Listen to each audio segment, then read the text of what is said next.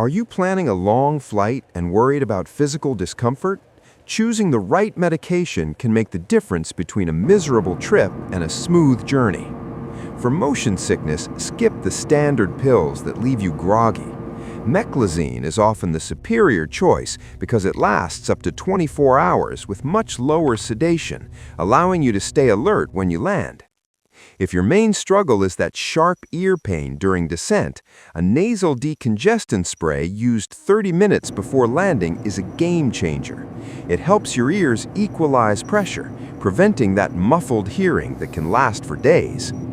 For those who struggle to sleep, melatonin is a natural way to reset your internal clock, but be careful with heavy sedatives on shorter flights.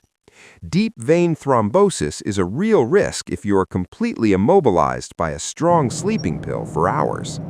Research shows the risk of blood clots increases significantly on flights longer than 4 hours, so if you do take a sleep aid, remember to stay hydrated and move your legs whenever you're awake. For flight anxiety, many people find success with magnesium glycinate as a gentle way to relax without the heavy side effects of prescription drugs. Whatever you choose, always keep your essential meds in your carry-on luggage so they're ready when you need them most.